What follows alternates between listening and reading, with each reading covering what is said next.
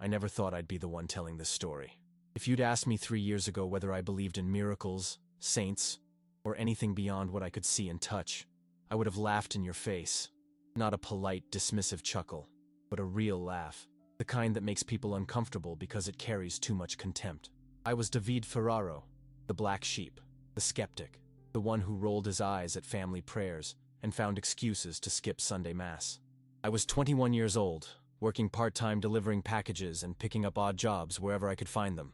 I had dropped out of university after my first year of economics, convinced that formal education was a waste of time, that I could figure life out on my own terms.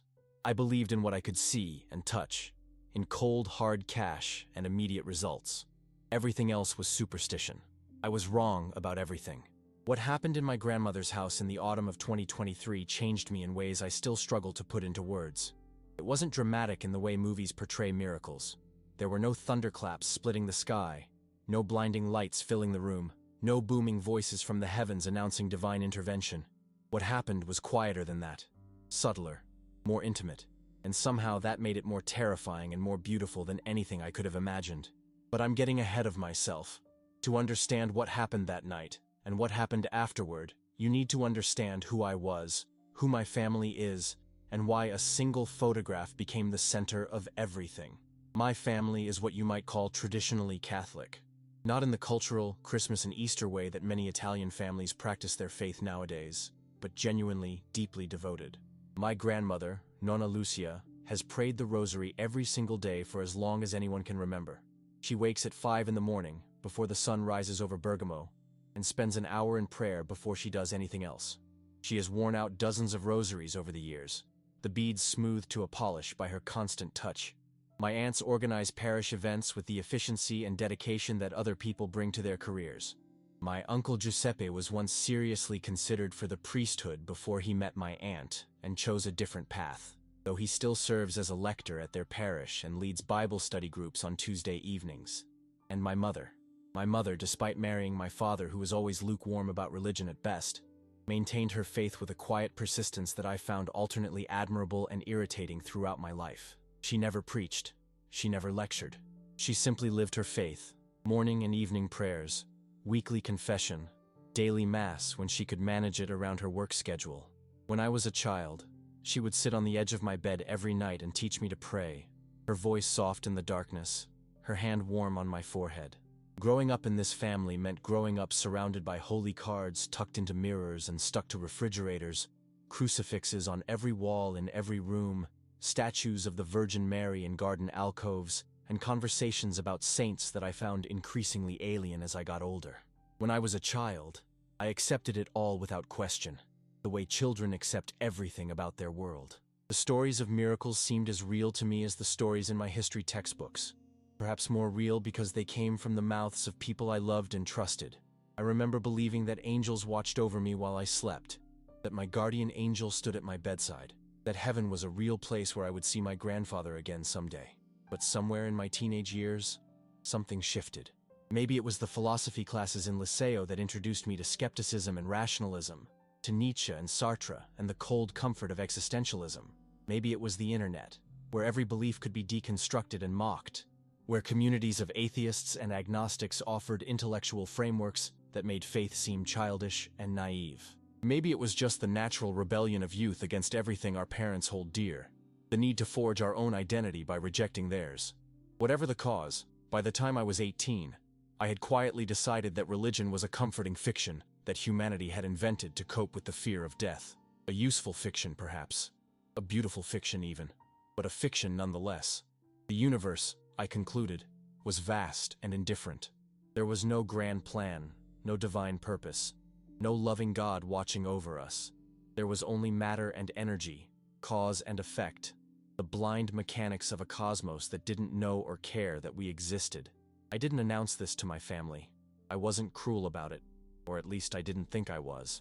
I simply withdrew, attending Mass when absolutely required, but letting my mind wander during the prayers, going through the motions of family devotions while my spirit remained elsewhere, skeptical and detached.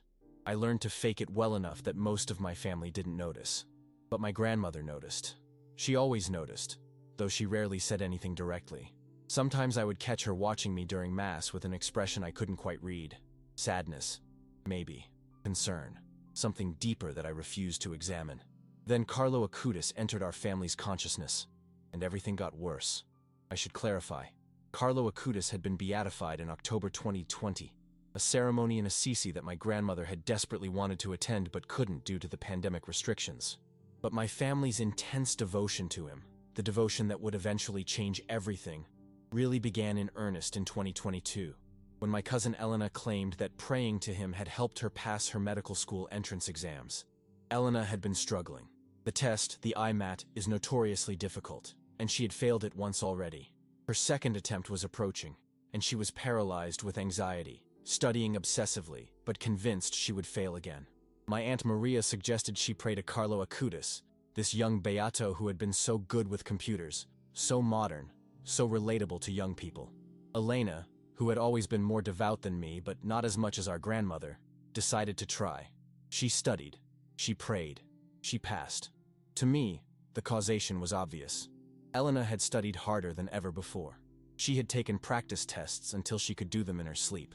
She had hired a tutor to help her with the chemistry sections she found most difficult.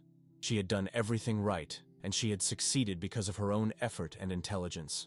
The prayer was irrelevant, a psychological comfort perhaps, a way to manage anxiety, but nothing more. But my family didn't see it that way. To them, Elena's success was proof of Carlo's intercession. The studying was necessary, of course, but it was Carlo who had guided her, supported her, interceded with God on her behalf. Carlo helped me, Elena would say, her eyes shining with a gratitude that made me uncomfortable. I could feel him with me during the exam, and suddenly his image was everywhere. Nonna Rosa obtained a framed photograph of him, the famous one where he's wearing his red polo shirt and looking directly at the camera, looking like any ordinary teenager from any ordinary family. She placed it in her living room, on the small table beneath her window where the images of the Sacred Heart and Our Lady had stood for decades. Carlo joined them, a new member of her personal pantheon, surrounded by candles and fresh flowers. My aunts began including him in their prayers. Carlo Acutis, pray for us, became a regular part of their devotions. My mother bought a small prayer card with his image and kept it in her purse, next to the worn photograph of my father that she still carried years after his passing. Even my Uncle Giuseppe, who tended toward a more intellectual faith, began speaking about Carlo with enthusiasm, impressed by the young man's understanding of technology and his creative use of it for evangelization. I found the whole thing vaguely absurd.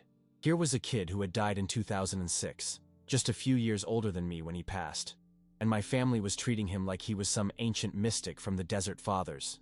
Yes, he had made websites about Eucharistic miracles, cataloging them with the thoroughness of a true computer enthusiast.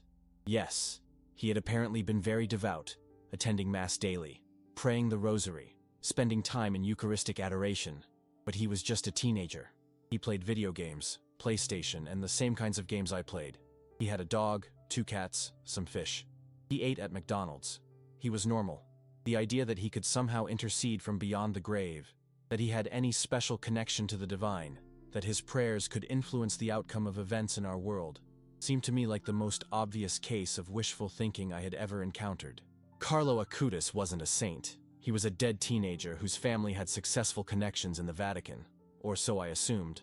The whole thing felt manufactured, a carefully constructed narrative designed to appeal to young Catholics who wanted someone relatable to pray to. What bothered me most, though, wasn't the devotion itself. People are free to believe whatever brings them comfort, and if my family found solace in praying to a dead teenager, that was their business. What bothered me was how it highlighted the gap between me and them, how it made me feel like an outsider in my own family. Every time they mentioned Carlo, every time they prayed to him, every time they attributed some small blessing to his intercession, I felt more and more alienated. They had something I didn't have, something I had convinced myself I didn't want and didn't need. They had faith, genuine faith that sustained them through difficulties and gave meaning to their lives. They had belief in a universe that cared about them, that had plans for them, that would welcome them into eternal joy when this brief life ended. They had hope, and somewhere deep down, in a place I refused to acknowledge even to myself, that exclusion hurt. Their faith wasn't just different from my skepticism, it was better. They were happier than me, more at peace, more connected to each other and to something greater. And I, with all my certainty and intellectual superiority, was lonely in a way I couldn't admit. The tension came to a head in October 2023. My grandmother had organized a family gathering to celebrate the anniversary of Carlo's beatification, which had happened on October 10th, 2020. It wasn't a huge event, just a dinner followed by a rosary in her living room.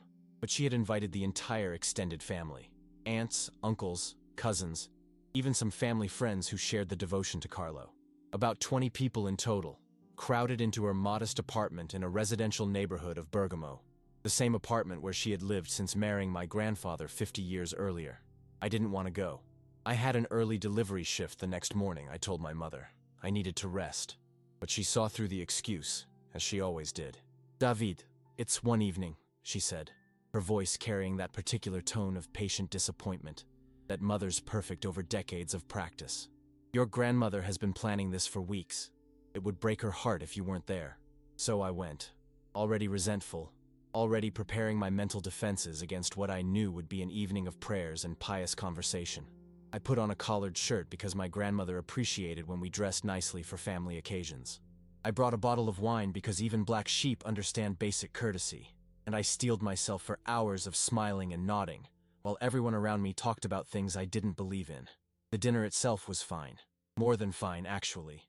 Nonna Rosa had spent 2 days preparing her famous lasagna, layers of pasta and beef ragu and bechamel sauce that melted on the tongue. There was antipasto with prosciutto and fresh mozzarella, bread still warm from the oven, salad from vegetables grown on my uncle's small plot outside the city. The wine flowed freely, and for a while I could forget why we were all gathered and just enjoy the food and the company. My cousins and I joked around as we always did. My uncle Giuseppe told stories about his time in the seminary, stories we had heard 100 times but that still made us laugh. My Aunt Maria complained about the neighbors in her building, a topic that could sustain an entire evening of conversation on its own. It felt almost normal. It felt almost like family should feel. But then the meal ended, and the women began clearing the dishes, and everyone started drifting toward the living room for the rosary. And all my irritation came flooding back. The room was arranged for the occasion. Extra chairs had been brought in from the dining room, arranged in a rough semicircle facing the small table with its sacred images. Candles were lit, casting warm shadows on the walls. The air smelled of the incense that my grandmother had burned earlier, a sweet, slightly smoky scent that I associated with churches and rituals. And there, in the center of it all, dominating the arrangement like a celebrity guest, was the photograph of Carlo Acutis. He looked back at me from his red polo shirt, this teenager who had somehow become the focus of my family's devotion. The photograph was decorated with fresh flowers that my aunt had brought, white roses and baby's breath arranged around the simple wooden frame. Someone had placed a small candle in front of it, the flame reflected in the glass. I sat in the back of the room, as I always did at these gatherings, hoping to be inconspicuous. I found a chair in the corner, half hidden behind my uncle's broad shoulders, where I could let my mind wander without anyone noticing. But my grandmother noticed. She always noticed. "Davide," she called out, her voice carrying across the room with surprising strength for a woman of 82. "Come sit closer. There's space here beside me." Everyone turned to look at me, 20 pairs of eyes, expectant, waiting. My mother's gaze held a plea. My uncle Giuseppe looked slightly impatient, ready to move on. Elena smiled encouragingly, gesturing toward the empty chair next to Nonna Rosa. I should have just moved. I should have smiled and obeyed, and gotten through the evening with my dignity intact. It was such a small thing, really. A few steps across the room, an hour of prayers, and then I could go home and forget about all of it until the next mandatory family gathering. That's what a reasonable person would have done. That's what I had done dozens of times before. But something snapped in me that night.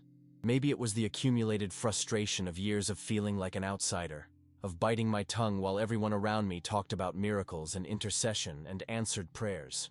Maybe it was the exhaustion from working odd jobs just to get by, the nagging sense that my life was going nowhere while my cousins went to university and built careers. Maybe it was the way everyone looked at me, waiting for me to comply, assuming I would comply because that's what family does, because that's what good Italian sons do.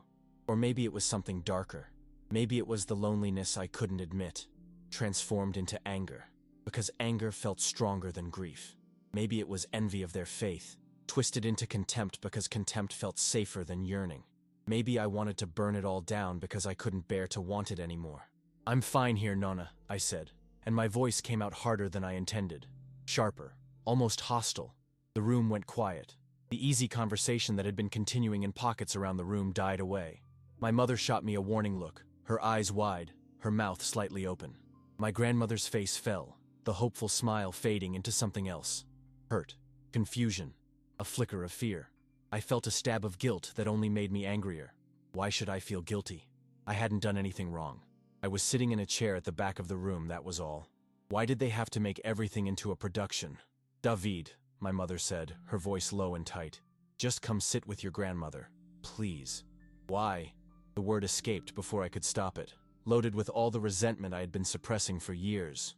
"So, I can pretend to pray to a dead teenager like the rest of you? So I can close my eyes and mumble words I don't believe to a photograph of someone who can't hear us because he doesn't exist anymore?" The silence that followed was absolute. I could hear the candle flames flickering in the draft from the window. I could hear someone's sharp intake of breath, probably Elena. I could hear my own heart pounding in my ears, too fast, too loud. I could see the shock on my family's faces, the hurt in my grandmother's eyes, the anger building in my Uncle Giuseppe's expression. I knew I had gone too far. I knew I was saying things that could never be unsaid, causing damage that might never be repaired. But I couldn't stop. Something had broken open inside me. All the resentment and frustration and loneliness I had been suppressing for years. And now it was pouring out like water through a cracked dam. Every thought I had kept to myself, every eye roll I had hidden, every dismissive comment I had swallowed, they all came rushing to the surface at once. "This is ridiculous," I continued, standing up from my chair. My legs felt unsteady, but I forced them to hold me. Carlo Acutis was just a kid. He wasn't a saint. He wasn't special. He was a normal teenager who happened to be really religious. And then he got leukemia. And then he died. That's it. That's the whole story. And now you're all acting like he can work miracles. Like he can hear your prayers. Like he's some kind of supernatural telephone line to God. I gestured at Elena, who flinched as if I had raised my hand to strike her. Elena passed her exam because she studied for months and hired a tutor and worked harder than she'd ever worked in her life. Not because she prayed to some dead boy's photograph. That's not how the universe works. Prayers don't get answered because there's no one listening. My Aunt Maria crossed herself, murmuring something I couldn't hear. My mother had gone pale, her hand pressed to her chest as if her heart was racing. My Uncle Giuseppe stood up, his chair scraping loudly against the floor, his face flushed with anger. "That's enough, David," he said firmly. "You're being disrespectful to your grandmother, to your family, to the faith that has sustained us for generations. If you can't control yourself, you should leave." But it wasn't enough. Not for me. The words kept coming, fueled by something I didn't understand. A rage that felt almost foreign, like it was coming from somewhere outside myself, like I was watching myself from a distance and couldn't stop what was happening. I walked toward the table where the photograph stood. The family members in my path moved aside, as if they could sense something dangerous in my approach. The candle flame danced as I passed, casting wild shadows on the wall. I stopped in front of Carlo's image. I looked at his face, that ordinary teenage face with its slight smile, its gentle eyes, and I felt nothing but contempt. Contempt for him, for my family's devotion, for my own inability to believe, for the whole elaborate structure of faith that had excluded me for so long. "This," I said, picking up the framed photograph. It was lighter than I expected, just paper and glass in a thin wooden frame. "This is just a picture. It's paper and glass and ink. It has no power. Carlo Acutis has no power. He's dead. He's gone. He's not in heaven interceding for anyone, because there is no heaven. There's just nothing. And praying to him is a waste of time. Davide, put that down." My mother's voice was shaking so badly, I almost didn't recognize it. I don't know what I intended to do. Maybe I just wanted to make a point. Maybe I wanted to shock them out of what I saw as their delusion, their comfortable fantasy that the universe cared about them. Maybe, in some twisted way, I wanted to prove myself right by showing that nothing would happen, that there would be no consequences, that the universe was exactly as indifferent as I believed it to be. Or maybe I wanted to hurt them the way I felt hurt. Maybe I wanted to destroy something they loved because I felt like I was losing them to something I couldn't share. I tore the photograph in half. The sound of the paper ripping seemed impossibly loud in the silent room. It wasn't just paper. It was something more, something sacred to these people who loved me. I heard my grandmother cry out, a small wounded sound that I would remember for the rest of my life. But I didn't stop. I tore it again and again, feeling the paper give way under my fingers, watching the image of Carlo's face come apart in my hands. When I was done, I held a handful of fragments, pieces of a red polo shirt, half of a gentle smile, a disembodied eye. I let them fall to the floor like confetti, like nothing, like the nothing I believed everything was. "See?" I said, my voice trembling now, the adrenaline starting to fade, the reality of what I had done beginning to sink in. Nothing. Nothing happened. No lightning from heaven. No voice of God telling me to stop, because there's nothing there. There never was. My grandmother began to cry. It was a quiet sound, almost inaudible, but it cut through me like a knife. She wasn't sobbing or wailing. She was just letting tears stream down her wrinkled cheeks, her hands folded in her lap, her eyes fixed on the fragments of Carlo's photograph scattered on her floor. My mother rushed to comfort her, wrapping her arms around the old woman's shoulders. My Aunt Maria was crying too, more loudly, saying something about how could he do this? Elena had turned away, her shoulders shaking. My Uncle Giuseppe grabbed my arm, his grip painful, his fingers digging into my bicep.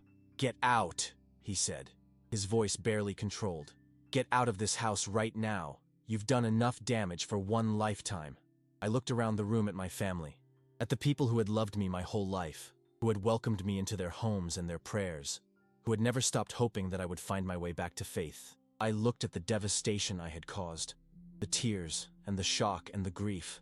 I looked at the torn fragments of Carlo's photograph, scattered across my grandmother's clean floor like evidence of a crime. And suddenly, I didn't feel triumphant. I didn't feel vindicated. I felt empty, hollow, like I had torn something out of myself along with that photograph, something I couldn't name and might never get back. I left. I walked out into the cool October night without saying goodbye, without apologizing, without looking back. I heard the door close behind me, and then I was alone on the street, my heart pounding, my hands shaking, the autumn wind cold on my face. I walked for blocks without knowing where I was going, replaying the scene in my mind on an endless loop, my grandmother's tears, the sound of the photograph tearing, the fragments falling through my fingers, my uncle's grip on my arm, painful enough to leave bruises, the look in my mother's eyes, not anger but something worse, grief, like I had died and she was mourning me. I had wanted to prove a point. Instead, I had only proved that I was capable of cruelty, of hurting the people who love me most, of destroying something precious to them for no reason other than my own anger and fear. I didn't go home that night. I couldn't face my empty apartment, couldn't bear the silence that would give me nothing to do but think about what I had done. I walked to a bar in the city center, a place I had been a few times after work, dark and anonymous. I ordered whiskey because it seemed like what people ordered when they wanted to forget. I drank until my thoughts blurred, and the guilt became manageable. I drank until the bartender suggested I might have had enough, and then I drank a little more because who was he to tell me anything? I drank until the bar closed and I stumbled out into the empty streets of Bergamo, the city lights blurring and spinning around me. I made it back to my apartment somehow. I don't remember the walk. I fell into bed without undressing, my shoes still on, my jacket twisted uncomfortably beneath me, and I surrendered to a sleep that I hoped would be dreamless, a black void where I wouldn't have to think or feel or remember. It wasn't dreamless. I dreamed I was in a church. Not any church I recognized, but somehow I knew it was in Assisi, in that hill town I had visited once as a child with my grandmother. The light filtering through the tall windows had that golden quality that I associated with autumn afternoons, honey-colored and warm. The air smelled of incense and old stone, that particular scent that only ancient churches possess, centuries of prayers and candle smoke soaked into the walls. I was alone, sitting in one of the wooden pews, and I felt an overwhelming sense of peace that stood in stark contrast to the turmoil I had felt when falling asleep. My hangover was gone, or maybe it didn't exist in this place. My guilt was muted, present, but bearable. I felt like I was wrapped in something warm and safe, like the church itself was holding me. Then someone sat down beside me. I turned, and there was Carlo Acutis. He looked exactly like his photographs, like the photograph I had torn to pieces just hours before. Young, ordinary, with that gentle expression that I had always dismissed as posed piety. He was wearing jeans and a simple gray sweater. Nothing remarkable, nothing saintly. He could have been any of the university students I saw around Bergamo, the ones who had stuck with their studies while I had given up. He could have been someone I'd pass on the street without a second glance. Except for his eyes. His eyes held something that I couldn't quite identify. Not judgment, which was what I expected and probably deserved. Not anger, something deeper. Compassion, maybe. Understanding. A sadness that seemed too vast for his young face. "You're angry," he said. It wasn't a question. His voice was soft, ordinary, the voice of a teenager. I wanted to respond with something cutting, something that would prove I wasn't intimidated by what was obviously just a dream, a projection of my subconscious processing the events of the evening. I wanted to say that he wasn't real, that this wasn't real, that my brain was just creating comforting fantasies to help me deal with my guilt. But the words wouldn't come. Instead, I found myself saying simply, "Yes." At what? The question was simple, but it unlocked something inside me. The answer came pouring out, unfiltered, honest, in a way I had never been with anyone, not even myself, perhaps because it was a dream, perhaps because nothing here was real, and therefore nothing here mattered, or perhaps because something about Carlo's presence made it impossible to lie. "At everything," I said. At my family for believing in something I can't understand. At myself for not being able to believe. At the universe for being so empty, so meaningless, so indifferent to whether we live or die or suffer or rejoice. At death for being so final. At you for being dead and somehow still mattering to people when I'm alive and feel like I don't matter to anyone. Not really. Not in any way that counts. The words kept coming. Things I had never said aloud. Things I had barely admitted to myself. At my father for dying when I was 16 and leaving me without anyone who understood me. At God, if there is a God, for taking him, and for not existing, and for maybe existing but not caring. At the whole elaborate construction of religion, for promising things it can't deliver. At my grandmother for her faith that I can't share. At Elena for being so sure that you helped her when I know, that the universe doesn't work that way. I paused, breathing hard, feeling the tears I had been holding back for years starting to fall. And at myself, for being so certain about everything when I'm actually certain about nothing. For building walls around my heart so that nothing can hurt me, and then being surprised that nothing can reach me either. For pushing away everyone who loves me because their love requires something I don't know how to give. Carlo listened without interrupting. When I finished, he was quiet for a long moment. The light through the windows shifted, golden to amber, as if the sun was setting in this dream world. "You're not angry, Davide," he said finally. "You're afraid." Afraid of what? Of being wrong. Your philosophy, your skepticism. It's not really about truth. It's about protection. If there's nothing after death, then everything is meaningless, and you can live however you want without consequences. If nothing matters, then you can't fail at anything that matters. If there's no God, then you don't have to worry about whether God is disappointed in you. He paused, and his eyes met mine with an intensity that was almost uncomfortable. But if there's something more, if God is real, if the soul is eternal, if love continues beyond death, then everything matters. Every choice, every act of kindness or cruelty, every moment of love or indifference, every prayer and every curse. That's terrifying, isn't it? It's much easier to believe in nothing than to risk believing in something and being wrong. I didn't answer. I couldn't answer. Because he was right, and I had never admitted it to myself before. My skepticism wasn't intellectual courage. It was cowardice dressed up in philosophical language. I wasn't brave for rejecting faith. I was scared of what faith might demand of me. "You tore my photograph," Carlo continued, and there was no accusation in his voice, only a gentle sadness. "You hurt your grandmother, who has loved you since the day you were born, and who has prayed for you every single day of your life. You hurt your mother, who has never stopped hoping that you would find your way. You hurt your cousin Elena, who only wanted to share something precious with you. You hurt yourself most of all." "I know," I whispered. "Why did you do it?" The question deserved an honest answer, and in this place, I found I was incapable of anything else. I wanted to prove that nothing would happen. I wanted to show them that their faith was empty, that their prayers were wasted, that Carlo Acutis was just a dead teenager and nothing more. I wanted to be right. And now? I looked at him. This teenager who had died at 15, who should have been nothing but dust and memory, who was sitting beside me in a dream that felt more real than my waking life had ever felt. Now, I don't know anything anymore. Now I feel like everything I believed was built on sand, and the sand is washing away and I'm falling into something I don't understand. Carlo smiled. It was a genuine smile, warm and understanding, without any trace of superiority or judgment. It was the smile of someone who had faced worse than me and come through it with something intact. "That's a good place to start," he said. "Not knowing, being open, being willing to see what you couldn't see before. The people who are most lost are the ones who think they know exactly where they are." "Is this real?" I asked. "Are you real? Or is this just my subconscious trying to process what happened tonight? What do you think?" "I think I'm dreaming. I think my brain is creating this scenario to help me deal with the guilt. I think I'll wake up tomorrow with a hangover and nothing will have changed except that my family will hate me." "Maybe," Carlo agreed. "That's one possibility.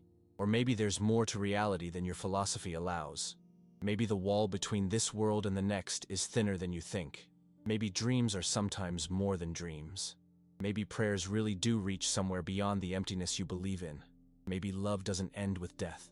He stood up, and I felt a sudden panic, a desperate need for him to stay, to explain more, to help me understand what was happening to me.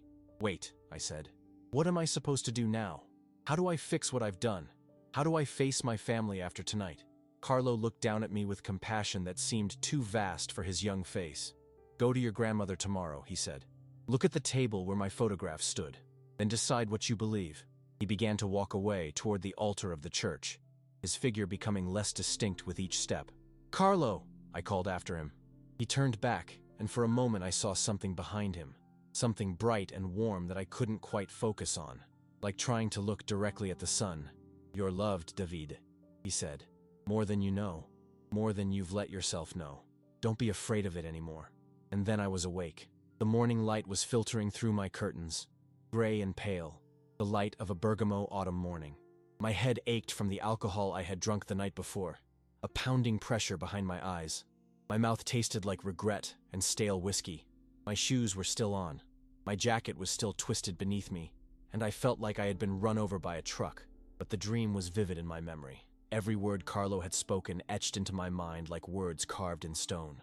I could still feel the quality of the light in that church, still smell the incense and old stone, still see the compassion in his eyes when he told me I was loved. I wanted to dismiss it as nothing more than a dream, my subconscious processing the guilt of the previous evening, creating a scenario that would help me cope. That's what it was, obviously. That's all it could be. But something had shifted inside me. The certainty that had sustained my skepticism for years was gone, replaced by a trembling uncertainty that felt more honest than anything I had felt in a long time. I couldn't prove that the dream was real, but I couldn't prove it wasn't either. And for the first time in my adult life, I was willing to admit that I didn't know. I dragged myself out of bed. I showered, the hot water helping with the headache a little. I made coffee, strong and black, and drank it standing at my kitchen window, looking out at the gray Bergamo sky. I tried to distract myself, scrolling through my phone, but nothing could hold my attention. All I could think about was Carlo's final instruction. "Go to your grandmother's house. Look at the table where my photograph stood." It was almost noon when I finally gave in to the compulsion. I put on my jacket, still wrinkled from sleeping in it. I walked through the streets of Bergamo toward my grandmother's neighborhood, my thoughts churning with every step. I had no idea what I would find at her house. I had no idea what I would say to her. I half expected to be turned away at the door, and part of me thought I deserved nothing less. But when I arrived at her building, when I climbed the familiar stairs to her apartment, when I rang the bell and waited with my heart pounding, it was my grandmother herself who answered the door. She looked older than she had the night before, if that was possible. Her eyes were red-rimmed from crying, and there were new lines in her face that I didn't remember. But when she saw me, something flickered in her expression. Not anger, not accusation. Something that looked almost like hope. "I knew you would come," she said quietly. "Nonna, I'm so sorry." The words came out in a rush. I don't know what came over me. I was cruel and disrespectful, and I hurt you. And I'm so sorry. I understand if you never want to speak to me again. I understand if you hate me. But I had to come. I had to tell you how sorry I am. She reached out and took my hand. Her skin was papery and soft, warm despite the autumn chill. She didn't say anything for a long moment. She just held my hand and looked at me with those eyes that had known me since I was born, that had watched me grow and change, and turn away from everything she held dear. "Come inside," she said finally. "There's something you need to see." She led me through the familiar hallway, past the kitchen where I could smell coffee brewing, past the family photographs that lined the walls, including several of me at various ages, gap-toothed and grinning, before I had learned to be afraid of believing. We stopped in the doorway of the living room.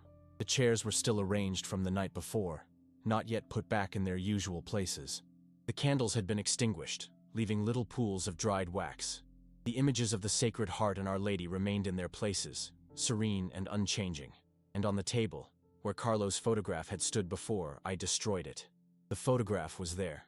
Not the torn fragments I had left scattered on the floor. Not a new copy someone had printed overnight. The same photograph, in the same frame, completely intact. Carlo looked out at me from his red polo shirt, his expression gentle, his eyes kind. The fresh flowers still surrounded him, slightly wilted now, but still beautiful. The small candle still stood before him, waiting to be lit. I felt the blood drain from my face. My knees buckled, and I had to grab the back of a chair to keep from falling. The room spun around me, and I thought for a moment that I was going to be sick. "That's impossible," I whispered. I tore it. I tore it into pieces. I watched the pieces fall on the floor. "This can't be real. This can't be happening." My grandmother nodded slowly. "You did. We all saw you do it. 20 people watched you tear that photograph. After you left, your Uncle Giuseppe gathered the pieces. He wanted to throw them away, but I asked him to leave them. I wanted to pray over them. I stayed up most of the night, David. I didn't sleep at all. I just sat here and prayed. I prayed for the family. I prayed for healing. But mostly I prayed for you." "Then how—" My voice cracked. "How is this possible?" "I don't know, Tesoro. I only know what I found when I came down this morning. I had fallen asleep in my chair sometime before dawn. When I woke up, the photograph was there, whole, as if nothing had happened. I let go of the chair and walked toward the table on legs that felt like they might give way at any moment. I stopped in front of the photograph and stared at Carlo's face. The face of a teenager. The face of a saint. The face of someone who had visited me in a dream and told me to come here, to see this. I picked up the photograph with hands that wouldn't stop shaking. I examined it closely, desperately looking for any sign of repair, any evidence of tape or glue or digital printing. I turned it over. I held it up to the light. I ran my fingers over the surface, searching for seams or imperfections. There was nothing. The photograph was perfect, unblemished, as if it had never been touched. The paper was smooth and intact. The image was clear and unmarked. It was the same photograph I had torn to pieces the night before, and yet it was whole. "This can't be real," I said again, but my voice lacked conviction. The evidence was in my hands. I could see it. I could touch it. I couldn't explain it. "Your mother is coming," Nonna Lucia said softly.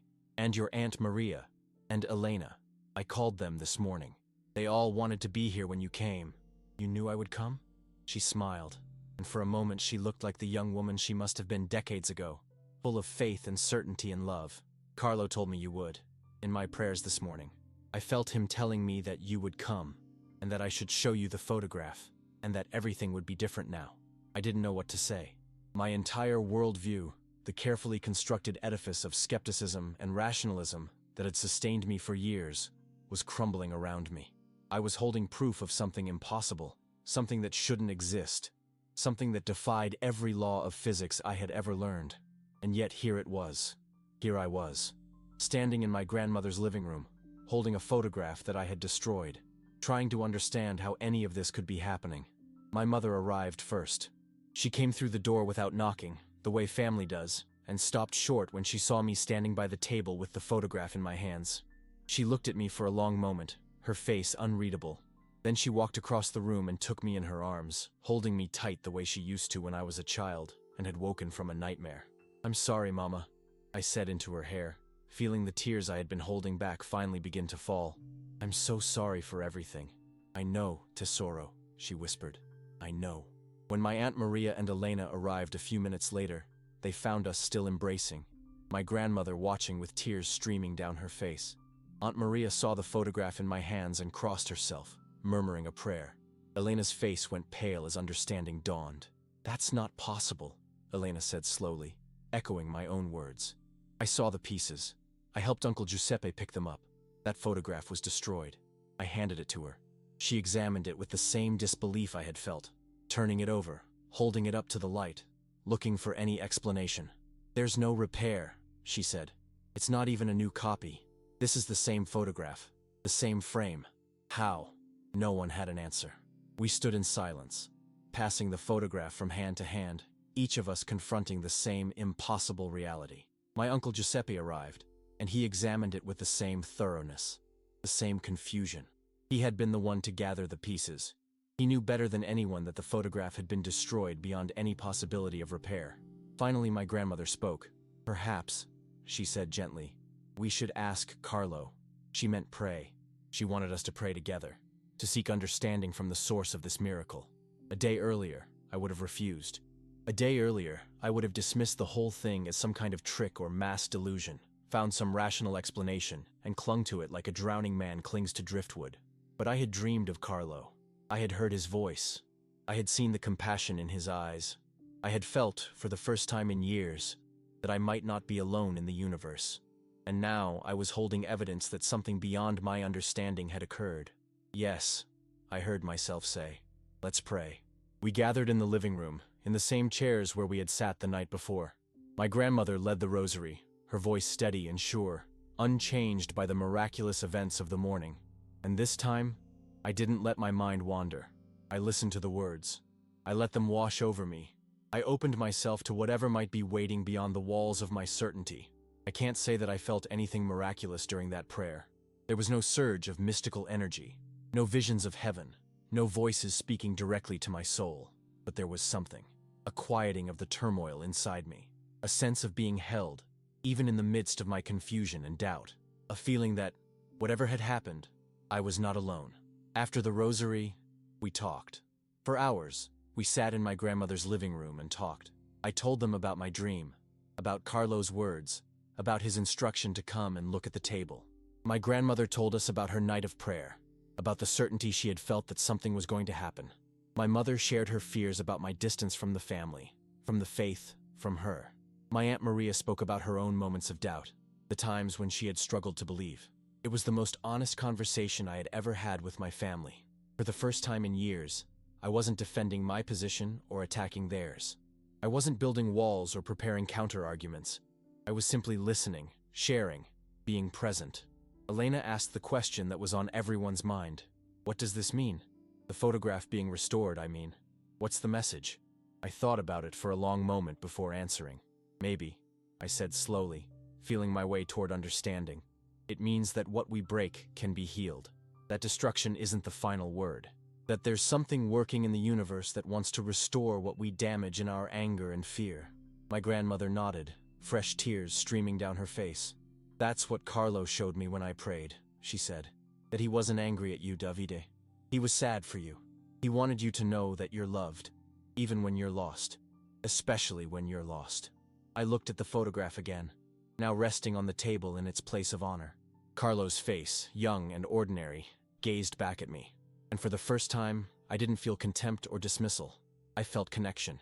This teenager who had died at 15 understood something about life and death and love that I was only beginning to glimpse. The months that followed were strange and beautiful and difficult in equal measure. I didn't become a believer overnight. Faith, I discovered, isn't a switch that can be flipped. A door that opens and suddenly everything is clear. It's a journey, a process, a gradual opening of doors that have been closed for years, sometimes for decades. But things changed. I started attending Mass with my family, not out of obligation, but out of curiosity, out of a genuine desire to understand what they experienced, what they felt. I began reading about Carlo Acutis, not to debunk the stories, but to understand who he really was. I learned about his love for the Eucharist, his daily Mass attendance, his kindness to the poor and the marginalized, his creative use of technology to spread his faith, his acceptance of death at such a young age with grace and courage that humbled me. And I prayed, awkwardly at first, not sure who or what I was talking to, feeling self-conscious and foolish. But I prayed. The photograph remained on my grandmother's table, a silent witness to what had happened that October weekend. Family members came to see it, to hear the story, to touch the frame that held an image that shouldn't exist. Some believed immediately, their faith confirmed by this tangible miracle. Others, like me, struggled with doubts, but couldn't deny what their eyes had seen. And Carlo continued to visit me in dreams. Not often, not predictably, but sometimes, in the quiet hours of the night, I would find myself in that church in Assisi, sitting beside a teenager in jeans and a gray sweater, talking about things that mattered. 3 months after that night, I visited Assisi for the first time as an adult. I went alone, needing to make the pilgrimage without my family, needing to have my own experience. I visited the sanctuary of the Renunciation where Carlo's body rests. I stood in front of his tomb, looking at his face preserved behind glass, and I didn't know what to say. Finally, I whispered, "Thank you for not giving up on me, for seeing past my anger to the fear underneath, for helping me find a way back." I don't know if he heard me. I don't know if the dead can hear the living, or if prayers really reach some celestial destination, or if any of what I've experienced is objectively real in the way science defines reality.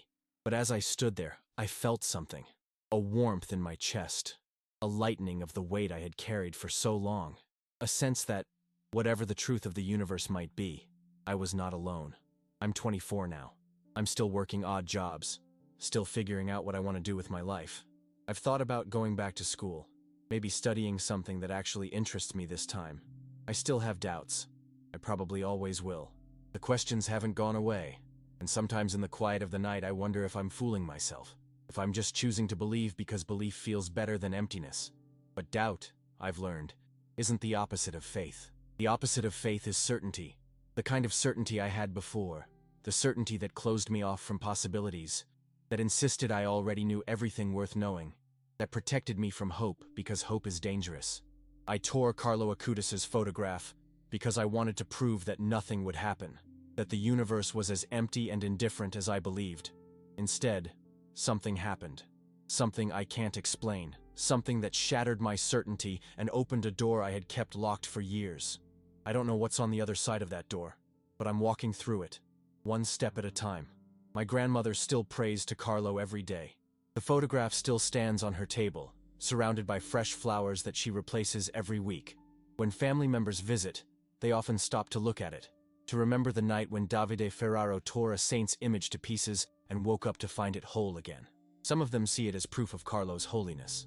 Others see it as a sign of God's mercy. I see it as a reminder that our worst moments don't have to define us, that the damage we do in our anger and fear can be healed, that love is patient and persistent and doesn't give up even when we give up on ourselves. I was wrong about everything. I thought I had life figured out. I thought I knew what was real and what was delusion. I thought that certainty was strength and doubt was weakness. Now I know better. Now I know that the bravest thing we can do is admit that we don't know, open ourselves to wonder, and trust that there's more to this existence than we can see. Carlo Acutis died at 15, but somehow he reached across the divide between life and death to touch my heart. The photograph I destroyed was restored, and so, slowly, hesitantly, imperfectly, was I. I'm still the same David Ferraro in many ways. Still stubborn, still questioning, still prone to doubt, but something fundamental has changed. I've seen what love can do. I've touched the edge of a mystery that I spent years denying, and that's enough. For now, that's enough. If this story touched your heart, ask for Carlo Acutis' intercession in your life. Subscribe to our channel, leave a like, and hit the notification bell for more stories that strengthen our faith.